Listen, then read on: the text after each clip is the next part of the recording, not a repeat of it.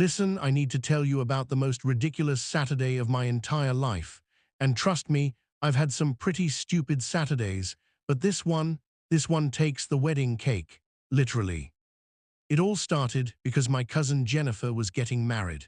Now, Jennifer had sent me the wedding invitation 3 months ago, and like the responsible adult I am, I immediately stuck it on my fridge under a pizza coupon magnet and completely forgot about it. The morning of the wedding, my mom called me screaming, "The wedding is today, why aren't you dressed?" I panicked. I threw on my only suit, the one I bought for a funeral 2 years ago, which explains why I showed up looking like I was mourning instead of celebrating. I didn't even have time to check the invitation for the address. My mom just yelled, "It's at the Grand Plaza Hotel, 2 p.m., don't be late," and hung up. So there I was, racing through traffic like a maniac, arriving at the Grand Plaza Hotel at 2:15 p.m. I'm already sweating through my funeral suit, and I burst through the doors of the hotel ballroom like I'm being chased by bees. The first thing I notice is that this wedding is fancy, like ice sculptures and champagne towers fancy. I'm thinking, wow, cousin Jennifer really went all out. There's a massive banner that says, "Congratulations, Amanda and Michael." And I'm like, oh, she must be using her middle name. Classy. A very elegant woman in a purple dress immediately grabs my arm. "Oh, thank God you're here. We've been waiting. Are you with the bride or groom?" Now I'm confused because she's acting like she knows me, but I don't recognize her at all. But weddings are big, right? Lots of distant relatives. So I say, bride, definitely the bride. Go Jennifer, I mean Amanda.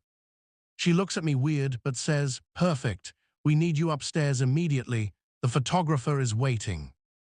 I'm thinking this is odd, but maybe they want family photos. So I follow her upstairs to this fancy suite, and suddenly I'm surrounded by guys in matching gray tuxedos.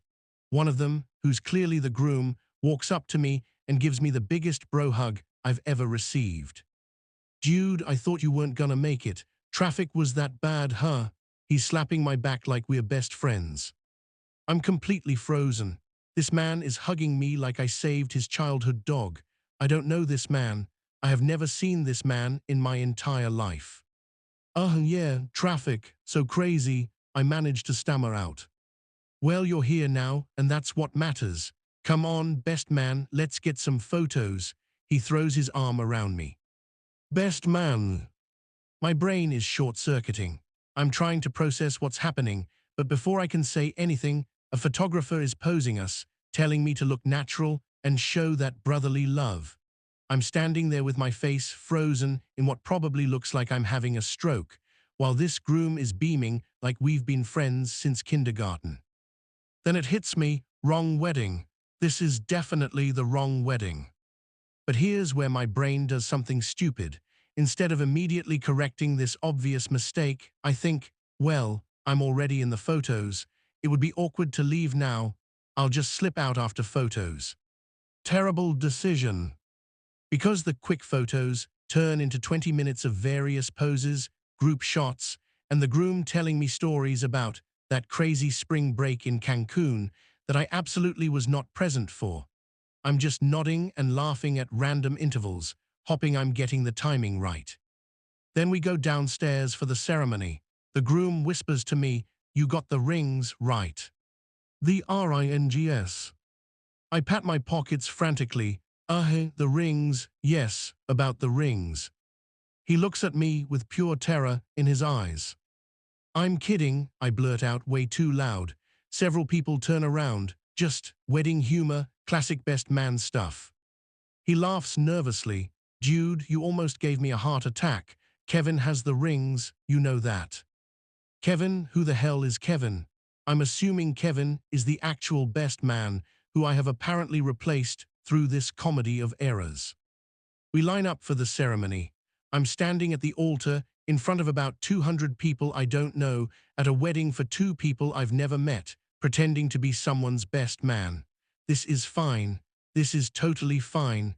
This is a normal Saturday. The bride walks down the aisle, and I have to admit, she looks beautiful. She also looks absolutely confused when she sees me standing where her fiancé's best man should be. She's doing this weird squinty thing, trying to figure out if she knows me. I give her a little wave. She does not wave back. She looks at the groom with panic in her eyes, and he just gives her a big smile and a thumbs up like everything is perfect. The ceremony starts, and I'm just trying to stand still and not draw attention to myself. But then the officiant says, "And now, the best man will present the rings." Everyone turns to look at me. My heart stops. I don't have the rings. I don't even know Kevin. Where is Kevin? Is Kevin even real? I start patting my pockets again, doing this elaborate show of checking every possible pocket in my suit. Jacket pockets, pants pockets, I even check my inner jacket pocket twice. The audience is getting nervous. The groom is sweating. The bride looks like she might cry. Then, like a miracle from heaven, a guy in the front row stands up and whispers loudly, "Jude, I have them. I'm Kevin." Oh, thank God Kevin is real. Kevin rushes over and hands me a small velvet box. I pass it to the officiant like I'm defusing a bomb, and everyone exhales in relief. Crisis averted. The ceremony continues. They say their vows, they kiss, everyone claps. I'm thinking I can finally sneak out during the reception chaos. Wrong again. Because apparently, the best man gives a speech. The reception starts, and after dinner, the DJ announces, "And now, let's hear from the best man." Everyone starts clapping and looking at me expectantly. I stand up slowly, like a man walking to his execution. I grab the microphone. 200 faces are staring at me. I clear my throat. "Wow, what a day," I begin, stalling for time. "Michael and Amanda, what can I say about these two?" Literally, what can I say? I don't know them. I remember when Michael first told me about Amanda. I'm just making things up now. He said she was special, and I said, "How special?" And he said, "So special," and I thought, wow, that's pretty special. The audience is silent. This is going terribly. And then there was that time. I paused dramatically, hoping inspiration will strike. It's that time when Michael did that thing, you know, the thing, and we all laughed because it was funny, and that's when I knew Amanda was the one, because she also thought it was funny, the thing that he did. People are starting to whisper. The bride's mother looks concerned. The groom is giving me a strange look. I panic and just start listing random advice. Marriage is like a sandwich. Sometimes you're the bread, sometimes you're the filling. Wait, no, that doesn't make sense. Marriage is like traffic. Sometimes it's smooth, sometimes there's construction. No, that's worse. Okay, here's what I know for sure. Love is great. Being in love is better than not being in love. And these two are definitely in love with each other, which is how marriage works. So, yeah. I raise my glass awkwardly to Michael and Amanda. Everyone raises their glasses out of sheer confusion and pity. I sit down immediately, sweating through my funeral suit even more now. The groom leans over and whispers, "That was different. You okay, man? You seem off today." "Just emotional," I squeak out. "Weddings, you know." I decide I absolutely need to leave now, but right as I'm about to make my escape, a groomsman grabs me for a group dance. Then the bride's aunt wants to take photos with all the handsome young men in the wedding party. Then the flower girl spills punch on my suit, and I have to go clean it up in the bathroom. In the bathroom, I'm frantically scrubbing my jacket when the real best man walks in. Or I assume he's the real best man because he takes one look at me and says, "Who the hell are you?" I freeze. I'm at a wedding." "Yeah, I can see that. Why are you wearing a groomsman boutonniere? I'm the best man, and I don't know you." "Oh no, oh no. There's been a huge misunderstanding," I start to explain. "Wait," he interrupts, looking at his phone. "Are you the guy who's supposed to be at the Peterson wedding in the East Ballroom?" "The East Ballroom? There's an East and West Ballroom. Jennifer's wedding is in the East Ballroom. I've been in the wrong ballroom this entire time." "I have to go," I blurt out and run out of the bathroom, through the reception, past the confused groom, past the even more confused bride, and out into the hotel corridor.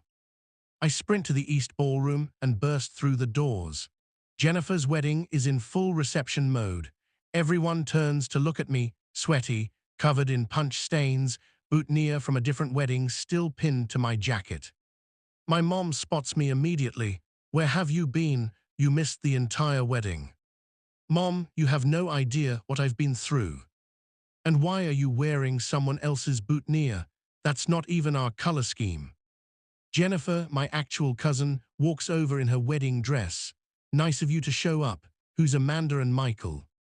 I look down and realize the boutonniere has Amanda and Michael written on the ribbon.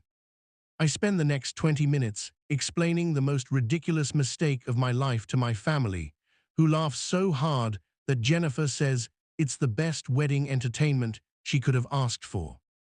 The next day, I get a Facebook friend request from Michael, the groom from the wrong wedding. His message says, "Best man's speech was weird, but you made our day memorable. Thanks for rolling with it. P.S. You owe us a wedding gift." Face with tears of joy.